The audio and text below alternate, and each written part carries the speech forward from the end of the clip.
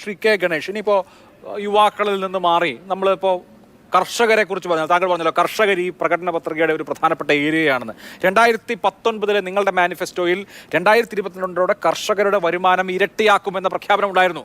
കർഷകർ ഈ കഴിഞ്ഞ മോദി സർക്കാരിൻ്റെ കാലത്ത് എത്ര തവണ സമരം ചെയ്തിട്ടുണ്ട് എന്ന് നമ്മൾ കണ്ടു.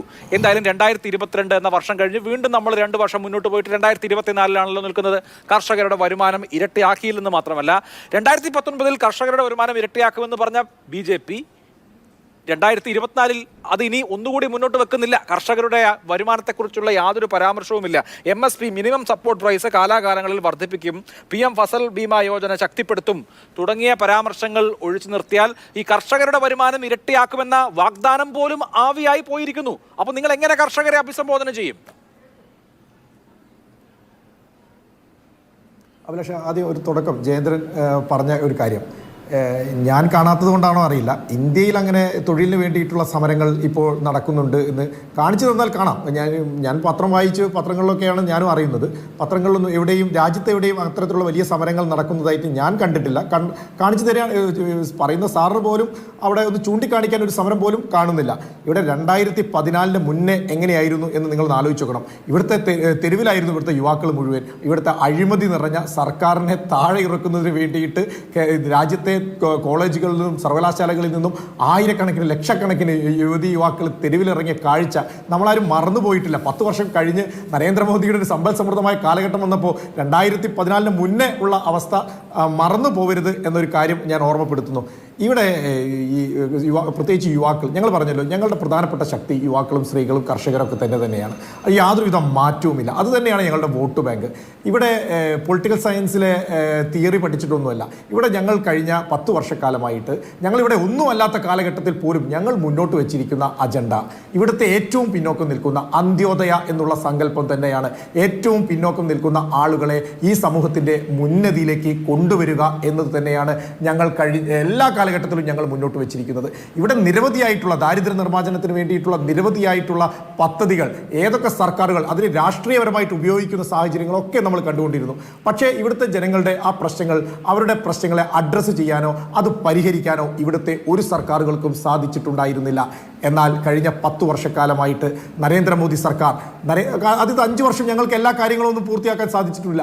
പല വലിയ ശ്രമങ്ങൾ ഞങ്ങൾ നടത്തി. അത് ജനങ്ങൾക്കിടയിൽ ഞങ്ങൾക്ക് വലിയ വിശ്വാസം ഉണ്ടാക്കിയെടുക്കാൻ സാധിച്ചു. പ്രത്യേകിച്ച് യുവാക്കൾ, നിങ്ങൾ നേരത്തെ പറഞ്ഞ യുവാക്കളിലും സ്ത്രീകളിലും ഇടയിലും വലിയ വിശ്വാസ്യത ഉണ്ടാക്കാൻ ഞങ്ങളുടെ സംഘടനയ്ക്കും ഞങ്ങളുടെ സർക്കാരിനും സാധിച്ചു. പ്രത്യേകിച്ച് നരേന്ദ്രമോദിയുടെ ഗ്യാരണ്ടി എന്ന് തന്നെയാണ് അതിന് പറയേണ്ടത്.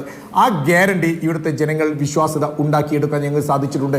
അവിടെ ജാതിയോ മതമോ, ഇവിടെ ജാതിയും മതവും ഒക്കെ പറഞ്ഞുകൊണ്ടാണ് അവർ നിൽക്കുന്നത്. ജാതിയോ മതമോ നോക്കിയിട്ടല്ല കേന്ദ്ര സർക്കാർ, നരേന്ദ്രമോദി സർക്കാരിൻ്റെ ഗ്യാരണ്ടി ഈ രാജ്യത്ത് നടപ്പിലാക്കിയത്.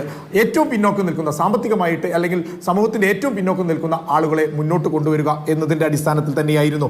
ഇവിടെ നമ്മുടെ നേരത്തെ സൂചിപ്പിച്ചു സ്കിൽ ഡെവലപ്മെൻറ്റിനെ കുറിച്ച് ഞാൻ നേരത്തെ തന്നെ സൂചിപ്പിച്ചു. അതേപോലെ തന്നെ ഇവിടുത്തെ മുദ്രാ യോജന ഇപ്രാവശ്യം അതിൻ്റെ ഇത് പരിധി ഉയർത്തി 20 ലക്ഷമായിട്ടാണ് ഉയർത്തിയിരിക്കുന്നത്. നിങ്ങൾ ആലോചിച്ച് നോക്കണം, മുദ്രാ യോജന എത്രമാത്രം ആളുകൾക്ക് ഈ സ്വയം എന്താ പറയുക ബിസിനസ് രംഗത്തേക്ക് കടന്നു വരുന്നതിന് വലിയ പ്രേരണ ഈ സമൂഹത്തിന്, പ്രത്യേകിച്ച് യുവാക്കൾക്ക്, സ്ത്രീകൾക്ക്. എത്രമാത്രം സ്ത്രീകളാണ് ഈ വിഷയത്തിൽ. കേൾക്കാം, താങ്കൾ പറയുന്നത് കേൾക്കുന്നുണ്ട്. ഹലോ, താങ്കൾ പറയുന്നത് എത്രമാത്രം ആളുകൾക്കാണ് ഈ പദ്ധതി ഉപകാരപ്പെടുന്നത്? അല്ല, നിങ്ങൾ ആലോചിച്ച് നോക്കണം, ഈ മുദ്രാ യോജനയിൽ 68% സ്ത്രീകളാണ് സ്വയം എന്താ പറയുക ബിസിനസ് രംഗത്തേക്ക് കടന്നു വന്നിരിക്കുന്നത്. അങ്ങനെ എല്ലാ മേഖലയും, ഈ കാർഷിക മേഖലയിൽ ഞങ്ങളൊരു നിയമം കൊണ്ടുവന്നു. ഈ രാജ്യത്ത് ഞങ്ങളൊരു നിയമം കൊണ്ടുവന്നു.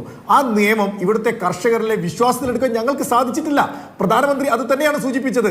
ഞങ്ങൾക്ക് ആ കർഷക സമൂഹത്തെ വിശ്വാസത്തിലെടുക്കാൻ ഞങ്ങളൊരു നല്ലൊരു ഒരു നിയമം ഈ രാജ്യത്തേക്ക് കൊണ്ടുവന്ന സമയത്ത് വിശ്വാസത്തിലെടുക്കാൻ അല്ലെങ്കിൽ വിശ്വാസത്തിലെടുക്കാൻ കർഷകർക്ക് സാധിച്ചിട്ടില്ല. പക്ഷേ ഞാൻ ചോദിച്ച ചോദ്യത്തിലെ അടിസ്ഥാനപരമായ പ്രശ്നം എന്താണ്? ഇപ്പോൾ സ്വാമിനാഥൻ കമ്മിറ്റിയുടെ അല്ലെ സ്വാമിനാഥൻ കമ്മിറ്റിയുടെ റിപ്പോർട്ടിന്റെ നടപ്പാക്കൽ, സ്വാമിനാഥൻ ശുപാർശയുടെ ഏറ്റവും പ്രധാനപ്പെട്ട കാതൽ എന്ന് പറയുന്നത് കർഷകരുടെ വരുമാനം സംബന്ധിച്ചായിരുന്നു. അപ്പോൾ കർഷകരുടെ വരുമാനം ഉയർത്തുക എന്ന് പറയുന്നത് പ്രധാനപ്പെട്ട ഒരു പോൾ പ്രോമിസായി നിങ്ങൾ ഉന്നയിച്ചതാണ്. 2019 പറഞ്ഞത് എന്താ?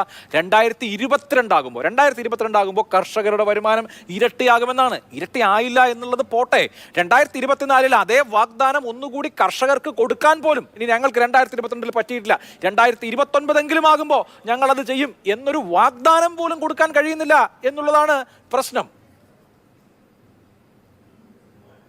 ഒരിക്കലും അല്ല അഭിലാഷേ. PM കിസാൻ സമ്മാൻ നിധി ഇതുമായി ബന്ധപ്പെട്ട് 6000 രൂപ നേരിട്ടിട്ട് ഏതെങ്കിലും സാധിച്ചിട്ടുണ്ടോ? അത് വില ഇരട്ടിയാക്കലല്ല, വരുമാനം ഇരട്ടിയാക്കലല്ല, അത് പീരിയോഡിക്കലായി 3 തവണയായി 2000 രൂപ വെച്ച് കൊടുക്കുന്ന ഏർപ്പാടാണ്. 85,000 കോടിയിലധികം രൂപയുടെ നേട്ടമുണ്ടായി. ഞാൻ പറഞ്ഞല്ലോ, നിങ്ങൾ ഈ 2019 ആക്ഷേപിക്കാം. അല്ല, ആക്ഷേപമല്ല. 2019 ഒന്നാം മോദി സർക്കാരിന്റെ അവസാനത്തെ ബജറ്റിൽ പ്രഖ്യാപിച്ചതാണ് PM കിസാൻ സമ്മാൻ നിധി. 2000 രൂപ വെച്ച് 3 തവണയായി നൽകുന്ന പദ്ധതി. ഇത്തവണ ഈ ബജറ്റുമായി ബന്ധപ്പെട്ട ഏറ്റവും വലിയ പ്രതീക്ഷ എന്ന് പറയുന്നത് കിസാൻ സമ്മാൻ നിധി ഇരട്ടിയാക്കും എന്നുള്ളതായിരുന്നു. അങ്ങനെ ഉണ്ടായിട്ടില്ല എന്നുള്ളത് നമുക്കറിയാം. 2019 കൊടുക്കുന്ന ഇതിങ്ങനെ ഈ ചെറിയ 2000 രൂപ വെച്ച് 3 തവണയായി കൊടുത്താൽ മതി കർഷകർക്ക് എന്നൊക്കെയുള്ളത്, അങ്ങനെ ഒരു മൈൻഡ് സെറ്റിലേക്കൊക്കെ നമ്മൾ പോകണോ? ഏത് കാലത്താണ് നമ്മൾ ജീവിക്കുന്നത്? കർഷകർക്ക് അവർ പണിയെടുക്കുന്നതിനുള്ള വരുമാനം, കർഷകന്റെ വരുമാനം ഇരട്ടിയാക്കുന്നതിനെ കുറിച്ചാണ് നിങ്ങൾ കൊടുത്തിട്ടുള്ള പ്രോമിസ്. 2019 കൊടുത്തിട്ടുള്ള പ്രോമിസ്, ഈ PM കിസാൻ സമ്മാൻ നിധി ഇൻട്രൊഡ്യൂസ് ചെയ്തതിന് ശേഷം കൊടുത്തിട്ടുള്ള പ്രോമിസ്, അത് ഡെലിവർ ചെയ്തിട്ടില്ലെന്ന് മാത്രമല്ല അത് ഒരിക്കൽ കൂടി ആവർത്തിക്കാൻ പോലും കഴിയുന്നില്ല എന്നുള്ളതാണ്. അല്ല, അങ്ങനെയല്ല.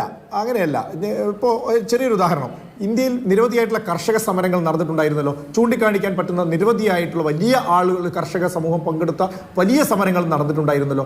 ആ സ്ഥലങ്ങളിൽ പോലും BJP എന്തുകൊണ്ടാണ് ആ കർഷക സമൂഹത്തിന്റെ പിന്തുണ നേടി അവിടെ വിജയിക്കുവാനുള്ള കാരണം? അവിടെ പ്രാദേശികമായിട്ടുള്ള നടന്ന തെരഞ്ഞെടുപ്പുകളിലാണെങ്കിലും സംസ്ഥാനത്തേക്ക് നടന്ന തെരഞ്ഞെടുപ്പുകളിലാണെങ്കിലും ഇനി ദേശീയ തലത്തിൽ കഴിഞ്ഞ 2 തവണയും ഇത്തരം മേഖലകളിൽ എന്തുകൊണ്ട് കർഷക സമരം നടന്ന സ്ഥലങ്ങളിൽ പോലും, പ്രത്യേകിച്ച് മഹാരാഷ്ട്ര പോലെയുള്ള സ്ഥലങ്ങളിൽ എന്തുകൊണ്ടാണ് BJP വിജയിക്കാനുള്ള സാഹചര്യം ഉണ്ടായത്? ഞാൻ നേരത്തെ സൂചിപ്പിച്ച കാര്യങ്ങളാണ്.